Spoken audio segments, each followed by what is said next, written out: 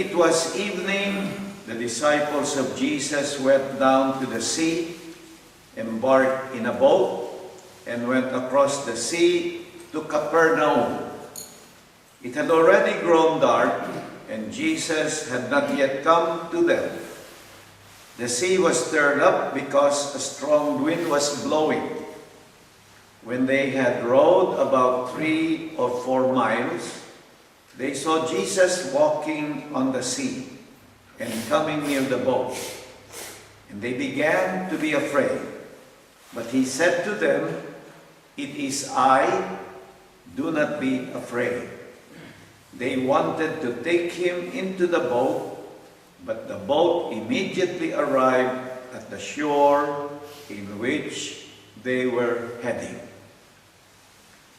The Gospel of the Lord. Praise to you, Lord Jesus Christ. Please be seated.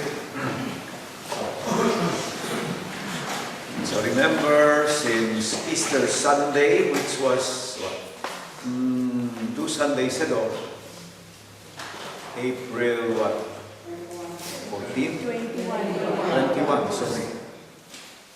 We are still in the Easter season. 40 days till Pentecost, and then you add another 10 days. So Pentecost means 50 days. So here, in the first reading from the Acts of the Apostle that Shibli proclaimed and read, we are told, in addition to the 12 apostles, the early church had problems with, so they already had problems then, the Hebrew-speaking followers of Jesus. Remember, they converted, the Jew, and the Hellenists, the people who were speaking Greek. So, those are 2 different languages. Because if they were not Aramaic, if they speak another language, they were not, nobody was taking care of the widows and the children. So they had to promote, they picked 7 deacons. Diaconia means service, who will serve the widows of the Greek-speaking Christians, the followers of Jesus, in the early church, 1st century.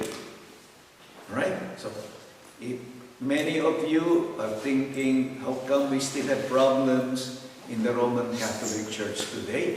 Because we have grown in big numbers, then there are always problems. But it will be addressed like what they did.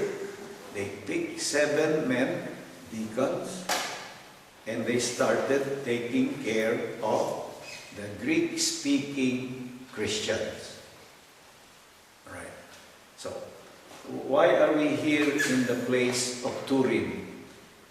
Forget the shroud that we will see. That's another topic.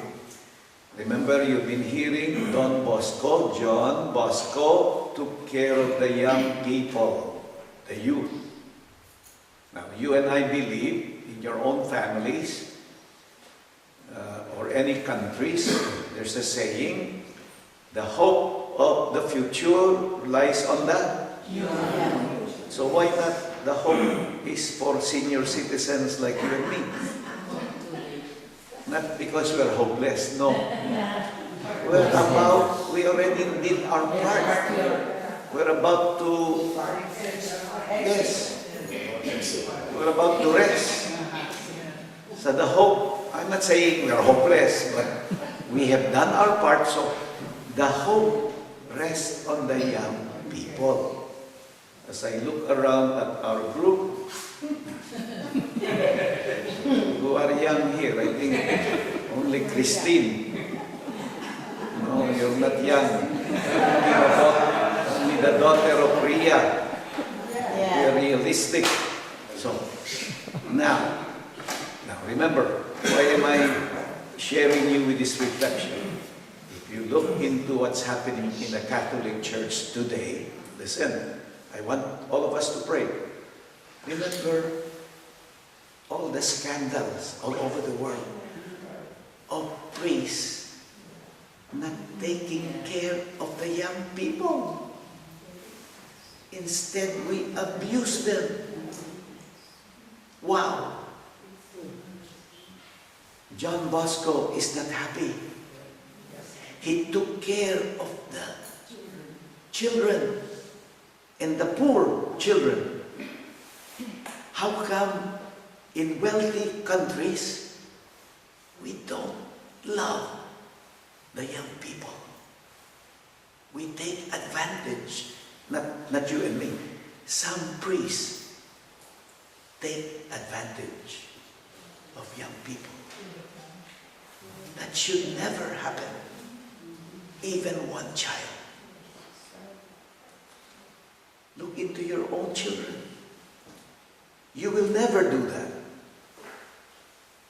We should never do that.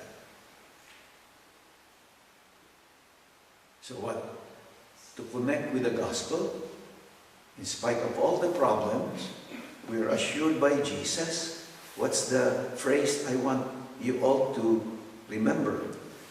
Do not be afraid. Right? Because many times you and I are afraid, right? Especially in a foreign country. Here, whom do we know in Turin? Don't be afraid. But trust the young people.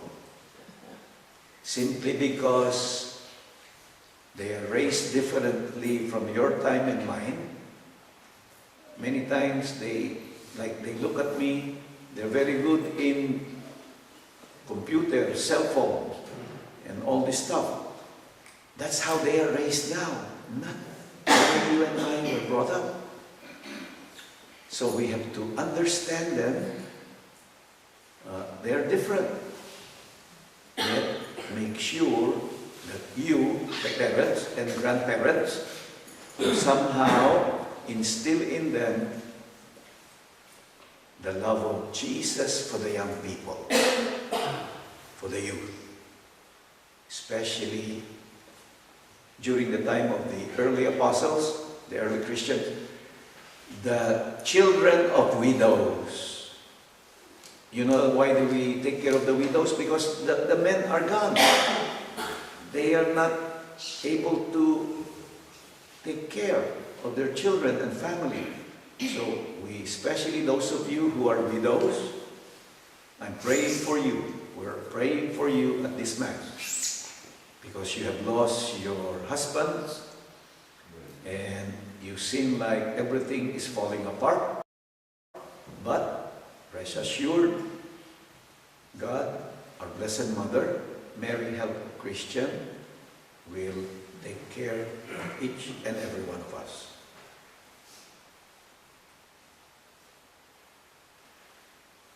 Let us all stand once again.